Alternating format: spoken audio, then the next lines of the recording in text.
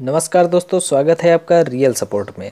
दोस्तों, वायु प्रदूषण की समस्या जो है वो पूरे देश में हर साल बढ़ती जा रही है। वायु की गुणवत्ता कैसी है, इसका कैलकुलेशन जो है हम एयर क्वालिटी इंडेक्स के द्वारा करते हैं। और इस वीडियो में हम जानेंगे कि एक्यूआई क्या है और एक्यूआई में किन किन गैसों को मापा जाता है।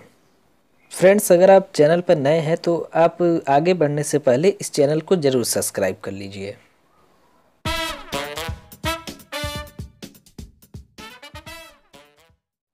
देश के बड़े शहरों में रियल टाइम के आधार पर वायु गुणवत्ता की निगरानी करने के लिए प्रधानमंत्री द्वारा 6 अप्रैल 2015 को राष्ट्रीय वायु गुणवत्ता सूचकांक का जो है वो शुभारंभ किया गया। एयर क्वालिटी इंडेक्स यानी कि वायु गुणवत्ता सूचकांक बताता है कि वायु में नाइट्रोजन डाइऑक्साइड और कार्बन मोनोऑक्साइड और सल्फर डाइऑक्साइड की मात्रा अधिक है या नहीं। इस इंडेक्स में 6 कैटेगरी हैं। गुड यानी कि अच्छी कैटेगरी जो 0 से 50 तक है। उसके बाद जो है सेटिस्फैक्ट्री यानी कि संतोषजनक जो 51 से 100 तक है। फिर जो तीसरा है वो है नॉर्मली पोल्यूटेड यानी कि सामान्य रूप से प्रदूषित जो 101 से 200 तक है। तीसरा है पुअर यानी कि खराब कैटेगरी जो 201 से 300 तक है। उसके बाद है वेरी बैड यानी कि बहुत ही खराब जो 301 से 400 तक है। और जो गंभीर यानी कि सीरियस कैटेगरी है गंभीर वो 401 से लेकर 500 तक है। एयर क्वालिटी की माप के लिए विभिन्न देशों में एयर क्वालिटी इंडेक्स बनाए गए हैं। ये इंडेक्स वातावरण में वायु की गुणवत्ता को मापते हैं।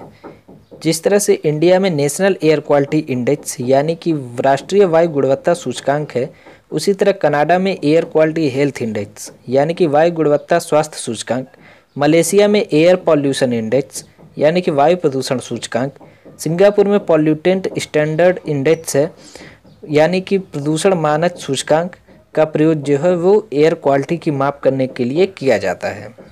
दोस्तों, आप देख रहे हैं कि यहाँ पे एक्यूआई यानी कि एयर क्वालिटी इंडेक्स का जो है वो ग्राफ दिया गया है।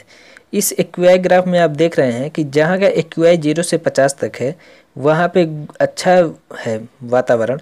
फिर जहाँ पे 50 से 100 तक है वहाँ पे संतोषजनक है।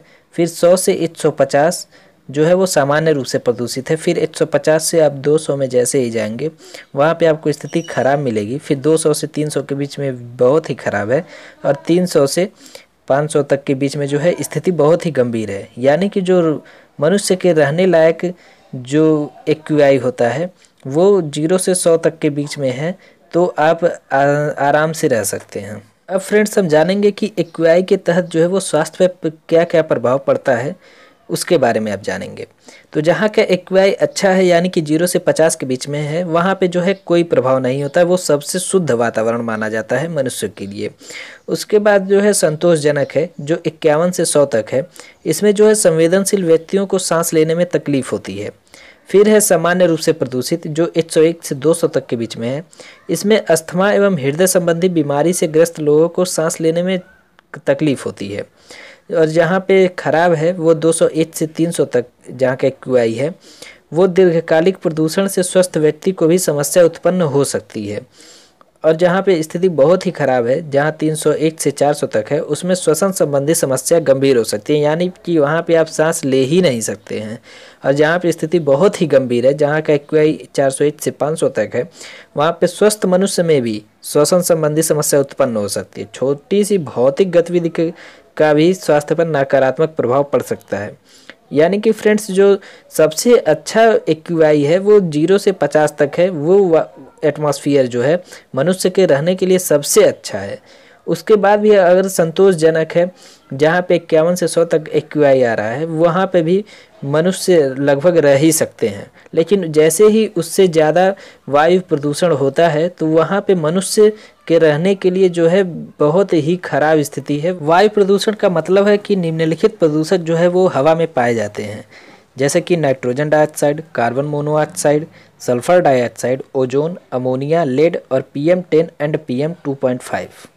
प्रेजेंट टाइम में जो दिल्ली में एयर पॉल्यूशन का प्रॉब्लम है वो वायु में मौजूद PM2.5 और PM10 के कण की वजह से है।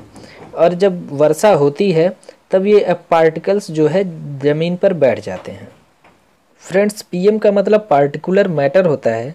PM10 जो इक्वल होता है वो 10 माइक्रोन डायमीटर का होता है और PM2.5 जो है वो 2.5 माइक्रोन डायमीटर के इक्वल होता है। 1 मीटर इक्वल होता है 10 लाख माइक्रोन के, और 1 इंच इक्वल होता है 25,000 माइक्रोन के। यानी कि हम अपने आँखों से इस पार्टिकल को नहीं देख सकते हैं। दोस्तों, अगर वीडियो पसंद आए तो इसे लाइक ज़रूर करें, जिससे मैं मोटिवेट होता हूँ। और आप इस वीडियो को शेयर करें, आप हमें कमेंट भी कर सकते हैं, और हमारे इस चैनल को सब्सक्राइब ज़रूर कीजिए।